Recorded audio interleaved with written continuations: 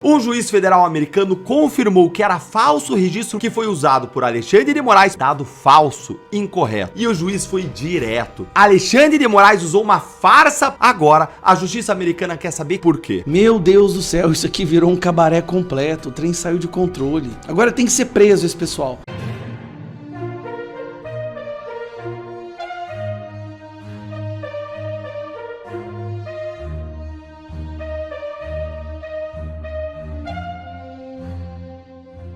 Urgente. EUA confirmam que documento usado pelo STF para prender Felipe Martins é falso. É isso mesmo. Informações que acabam de surgir dão conta de que um juiz federal nos Estados Unidos concluiu que o registro de imigração americano utilizado pelo ministro Alexandre de Moraes para decretar a prisão preventiva de Felipe Martins em 2024 era fraudulento. O magistrado Gregory Presnell, nomeado pelo ex-presidente democrata Bill Clinton, criticou duramente as agências americanas por esse registro falso e por se recusarem a revelar quem foi o responsável pela fraude.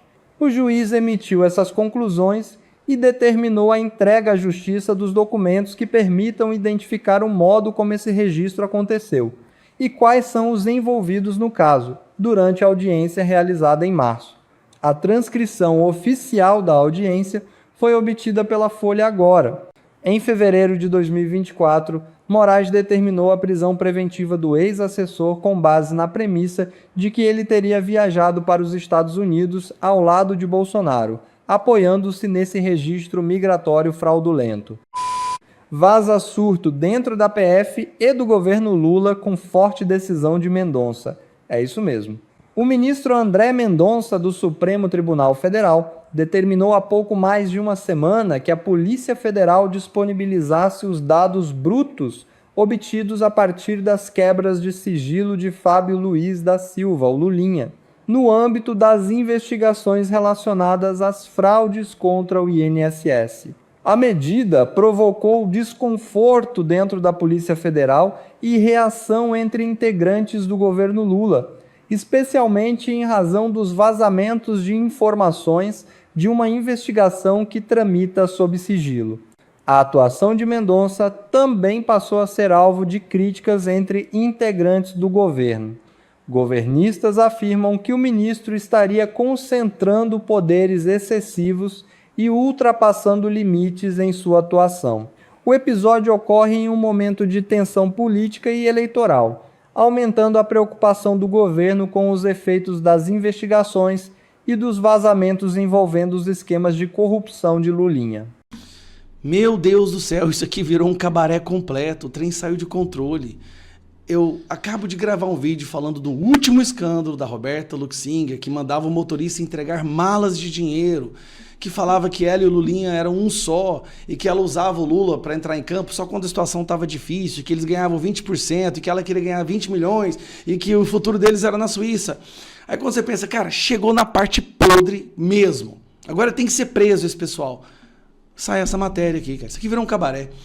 Casa usada por Lulinha foi alugada por dentista que disse a Lava Jato morar no sítio do Atibaia. Lembra do caso do sítio do Atibaia, que tinha os pedalinhos lá, né, com os nomes dos netos do Lula, que tinha foto do Lula na casa, que tinha cozinha organizada pelo Lula, que era do Lula, mas não era do Lula. Lembra disso? Olha, eles estão usando os mesmos laranjas que eles usaram no esquema do Petrolão, gente. Esse povo, eles têm uma convicção da impunidade que eu nunca vi na minha vida. De acordo com a imobiliária, Roberta Luxinger negociou o aluguel, mas passou o contrato para amigo do filho do Lula. E esse amigo do filho do Lula é o dentista que disse que morava no sítio da Atibaia. Não é o Lula que mora aqui não, quem mora aqui sou eu, para livrar o Lula. Cara do céu. O contrato de aluguel da mansão em Brasília, que a lobista Roberta Luxinger alugou para Fábio Luiz da Silva, Lulinha, foi fechado em nome de outra pessoa e teve exigência de contrato de confidencialidade. De acordo com informações da imobiliária que alugou a casa, a documentação foi assinada por Rafael Nicolau Arbex, dentista que foi testemunha de Fernando Bittar no processo da Operação Lava Jato, relacionado ao sítio Atibaia, no qual Lula foi condenado a 17 anos e 1 mês de prisão em 2019. Cara, eles são tão loucos, esse povo é tão louco, eles têm tanta certeza que eles podem roubar à vontade, que eles estão repetindo os mesmos laranjas de 2000 do Petrolão. Bittar era dono formal do sítio, né? Assim, ele era o laranja, o nome, né, do sítio estava no Bittar, mas o sítio era do Lula, que foi reformado pela Odebrecht com as empreiteiras OS e Shaheen e o pecuarista José Carlos Bunlai para que o Lula utilizasse, né? Muito bom, né? Então a empresa vai reformar um sítio que não é do Lula para o Lula poder utilizar. As obras custaram 1,2 milhão em valores da época. Segundo a perícia da Polícia Federal, Lula alegou não ter relação com a propriedade, mas acabou condenado por corrupção e lavagem de dinheiro. Sentença, porém, foi anulada em 2021 pelo Fachin e pelo Supremo Tribunal Federal. Aí o que ele faz? Aí o Lula sai da prisão, vai lá, pega o filho dele e usa as mesmas pessoas do esquema do Petrolão para fazer um outro esquema. Agora o esquema do lobismo, né? É onde o Lulinha coloca empresas para dentro do governo para fechar contrato, para ganhar o nosso dinheiro e eles pegam 20% de tudo. Tá escancarado esse esquema. Na época da Lava Jato não tinha do Petrolão, Lava Jato não tinha mensagens de WhatsApp. Agora nós temos as mensagens de WhatsApp, tem as provas. 100 milhões é o que a Roberta Luxinger quer, 20% de lucro, Futura na Suíça, combinam onde esconder dinheiro, mala de dinheiro sendo enviada pelo motorista da Roberta Luxinger, Lulinha na mesma casa, que o Lulinha, quando vai para Brasília, é aqui que ele fica. Isso aqui não é uma casa não, vamos dizer assim, isso aqui é uma mansão de proporções astronômicas, tá? Essa mansão aqui. O Lulinha fica na casa do cara do sítio da Atibaia. Tem cabimento isso aqui? Rafael também é sócio de 2 empresas, TecServe e TecSaúde, foi procurado em diversos telefones que constam nos cadastros públicos, mas não foi localizado. De acordo com a imobiliária, que fechou a primeira locação da casa de 3 quartos e 2.110 metros quadrados. Isso aqui, que é isso? Em um condomínio fechado à beira do Lago Sul, Roberta Luxinger visitou o imóvel e participou das reuniões para discutir o aluguel. Mas quem assinou foi Rafael, o laranja. Ela vai lá, organiza tudo, mas quem fecha o contrato é o laranja. E eles estão usando o mesmo laranja do sítio da Atibaia. Cara, eu não tô acreditando que eles tenham coragem de fazer isso. 28 mil reais é o aluguel dessa casa, gente. 28 mil reais. O advogado não quis responder. Nunca morou na mansão. A empregada da Roberta Luxinger falou em um outro processo trabalhista que quem morava lá era a Roberta e o Lulinha, inclusive chamando o Lulinha de marido da Roberta. Meu Deus, aqui, olha ela na casa, de 28 mil reais por mês, muito provavelmente pagos com o seu dinheiro. É, realmente, ou o futuro deles é a Suíça, se o Lula ganhar, ou o futuro deles é a prisão, se o Lula perder. Juiz dos Estados Unidos diz: Alexandre de Moraes usou uma farsa para prender Felipe Martins. Um juiz federal americano confirmou que era falso o registro migratório que foi usado por Alexandre de Moraes para justificar a prisão preventiva do Felipe Martins. E o juiz foi direto. Felipe ficou preso em decorrência desse dado falso, incorreto. Foram quase 6 meses atrás das grades. Agora, a justiça americana quer saber quem que criou o registro e por quê. Leia aqui comigo a bomba que foi revelada nessa matéria aqui da Folha de São Paulo. Justiça americana diz que é falso o documento dos Estados Unidos usado pelo STF para prender Felipe Martins. Olha o que o juiz disse, entre aspas, todas as letras aqui do juiz. Houve um registro falso feito nos sistemas da patrulha de fronteira que afetou uma pessoa de forma considerável. O governo reconhece a falsidade e a gravidade disso. O registro dizia que o Felipe tinha entrado nos Estados Unidos em 30 de dezembro de 2022, no mesmo dia em que o Bolsonaro viajou para Orlando. Com base na premissa de que ele teria saído do Brasil e não voltado, Moraes apontou um risco de fuga e mandou prendê-lo em fevereiro de 2024. Só que A defesa apresentou provas de que ele estava no Brasil, inclusive a confirmação da Latam de um voo doméstico no dia seguinte a essa suposta viagem internacional. Pouco depois, a própria PGR pediu que ele fosse solto, mas adivinhe, Alexandre de Moraes negou. Aí em agosto, a PGR repetiu que não tinha prova de saída do país ou tentativa de fuga. Só que Felipe só foi libertado no dia 8 daquele mês. Faltava agora a confirmação oficial dos Estados Unidos e ela veio.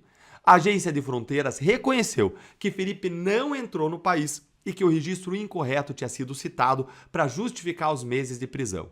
Agora, o juiz Gregory Presnell ele mandou o governo entregar documentos capazes de revelar quem que criou esse registro. E presta atenção aqui nesta fala do juiz. Aspas do juiz. Se um ato foi praticado intencionalmente no âmbito do governo de modo a prejudicar alguém, é exatamente esse tipo de situação que a FOIA foi criada para esclarecer. O que é a FOIA? É a Lei de Liberdade de Informação dos Estados Unidos. O juiz ainda não afirmou quem que criou o registro, nem que houve uma fraude objetivada, intencional por uma autoridade brasileira.